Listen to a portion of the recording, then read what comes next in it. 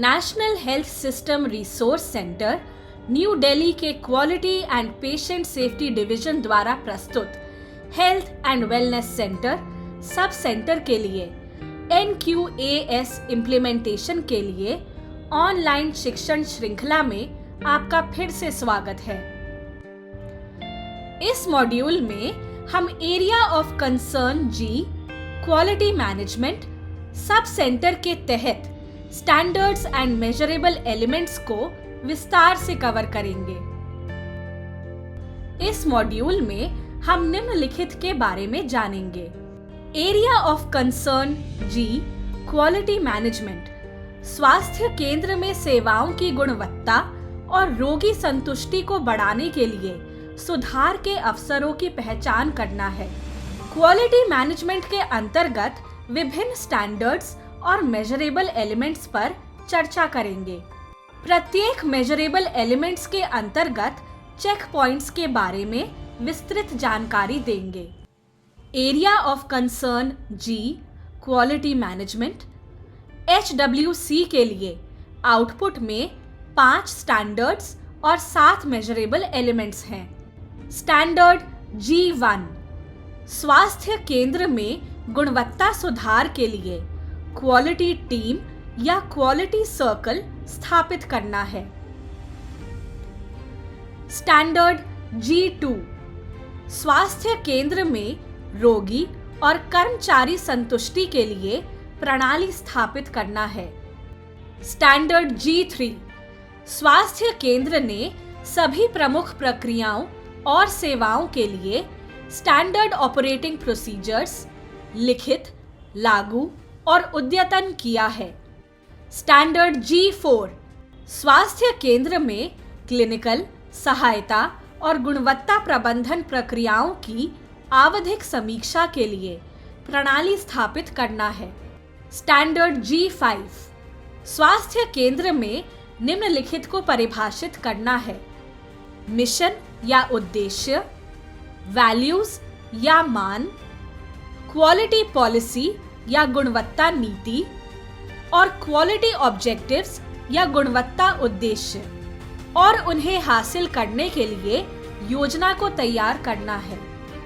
इसके अनुसार standard G1 MEG 1.1 के अनुसार स्वास्थ्य केंद्र को एक क्वालिटी इंप्रूवमेंट टीम बनानी चाहिए और उसका उपयोग करके समय समय पर अपनी गुणवत्ता गतिविधियों की समीक्षा करनी चाहिए।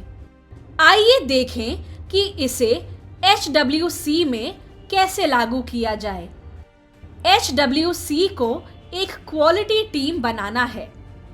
क्वालिटी टीम अपनी गतिविधियों की समीक्षा के लिए महीने में एक बार बैठक करनी है। क्वालिटी टीम को अपने मासिक बैठकों संकेतकों की समीक्षा करनी है। HWC अपने गैप्स की पहचान करेगा और उन्हें संबोधित करने के लिए समयबद्ध कार्य योजना बनाएगी। क्वालिटी टीम अपने कार्य योजना की समीक्षा और अद्यतन करनी है। क्वालिटी टीम PHC समीक्षा बैठक में उठाए जाने वाले ऐसे मुद्दों की पहचान करेगी जिसके लिए उन्हें PHC या हायर सेंटर से मदद चाहिए।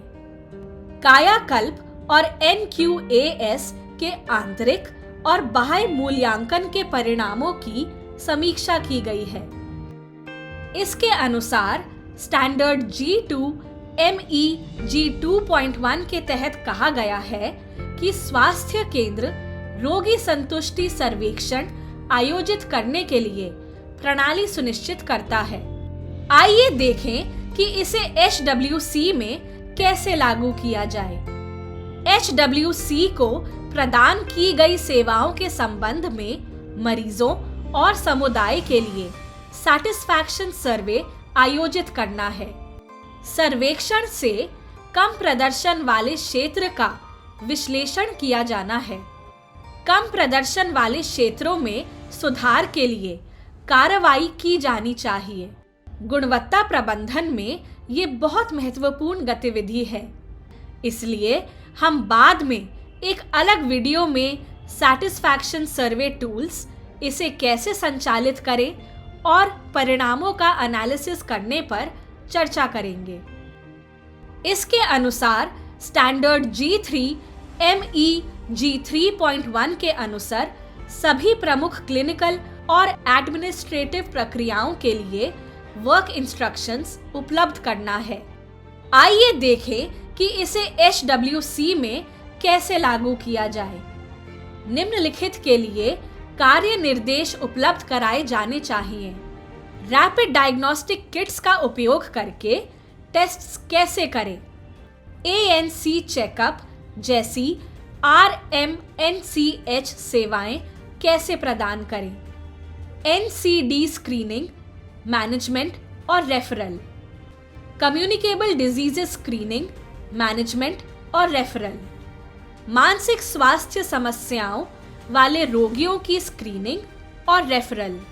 सामान्य नेत्र संबंधी समस्या के लिए स्क्रीनिंग। ENT संबंधी समस्या के लिए स्क्रीनिंग। सामान्य ओरल हेल्थ समस्या के लिए स्क्रीनिंग। सामान्य बुजुर्ग स्वास्थ्य समस्याओं और पैलिएटिव केयर के लिए स्क्रीनिंग कैसे करें। आपातकालीन देखभाल प्रदान कैसे करें। इन्फेक्शन प्रिवेंशन और बायोमेडिकल वेस्ट मैनेजमेंट का देखभाल कैसे करें। ये भी सुनिश्चित करें कि सब प्रैक्टिसेस मौजूदा निर्देशित स्टैंडर्ड्स और गाइडलाइंस को पूरा करती हैं।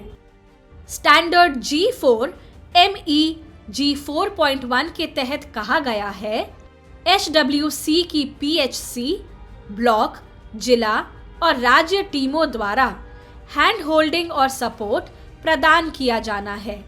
आइए देखें कि इसे HWC में कैसे लागू किया जाए।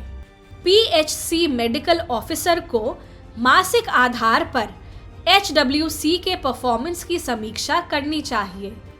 HWC के परफॉर्मेंस की ब्लॉक, जिला और राज्य नोडल अधिकारी द्वारा नियमित रूप से समीक्षा की जाना।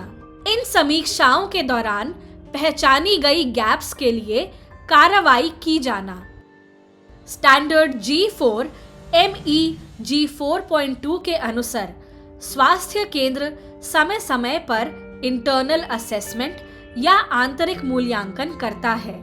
इंटरनल असेसमेंट करने के लिए NQAS चेकलिस्ट और कायाकल्प चेकलिस्ट का उपयोग किया जा सकता है। इंटरनल असेसमेंट करने के लिए NQAS चेकलिस्ट और कायाकल्प चेकलिस्ट का उपयोग किया जा सकता है। HWC सुनिश्चित करे कि NQAS चेकलिस्ट 6 महीने में एक बार और कायाकल्प चेकलिस्ट 6 महीने में एक बार जरूर मूल्यांकित की जाए। स्टैंडर्ड G4 MEG 4.3 के तहत कहा गया है स्वास्थ्य केंद्र यह सुनिश्चित करता है कि मूल्यांकन और समीक्षा के दौरान पाए गए नॉन कॉन्फॉर्मिटीज को दर्ज किया जाए और क्वालिटी इंप्रूवमेंट विधियों जैसे 5S, पिक चार्ट वगैरह का उपयोग करके कार्य योजना बनाई जाए। आइए देखें कि इसे HWC में कैसे लागू किया जाए। NQAS, कायाकल्प या अन्य रूटीन चेकलिस्ट का उपयोग करके आंतरिक मूल्यांकन के दौरान पाई गई नॉन कॉन्फॉर्मिटीज या समस्याओं को दर्ज करके पहचानी गई समस्याओं के लिए रूट कॉज एनालिसिस या मूल कारण विश्लेषण किया जाता है। रूट कॉज एनालिसिस के लिए ब्रेनस्टॉर्मिंग और YY एनालिसिस किया जा सकता है। HWC team PDCA, 5S, pick chart वगैरह का उपयोग करके इन पहचाने गए नॉन कॉन्फॉर्मिटी या समस्याओं में सुधार के लिए कार्रवाई करती है। हम एक अलग वीडियो में HWC में PDCA, brainstorming, YY analysis, pick chart वगैरह का उपयोग कैसे करें इस पर चर्चा करेंगे। स्टैंडर्ड G5 MEG 5.1 के तहत कहा गया है स्वास्थ्य केंद्र ने क्वालिटी पॉलिसी या गुणवत्ता नीति और क्वालिटी ऑब्जेक्टिव्स या गुणवत्ता उद्देश्यों को व्यक्त किया है। आइए देखें कि इसे HWC में कैसे लागू किया जाए। क्वालिटी पॉलिसी या गुणवत्ता नीति व्यक्त की जाती है और इसे स्थानीय भाषा में प्रदर्शित किया जाता है। क्वालिटी ऑब्जेक्टिव्स या गुणवत्ता उद्देश्यों व्यक्त की जाती है। गुणवत्ता उद्देश्यों से संबंधित प्रदर्शन की निगरानी की जाती है।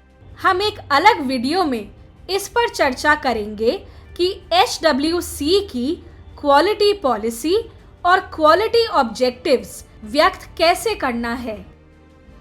धन्यवाद।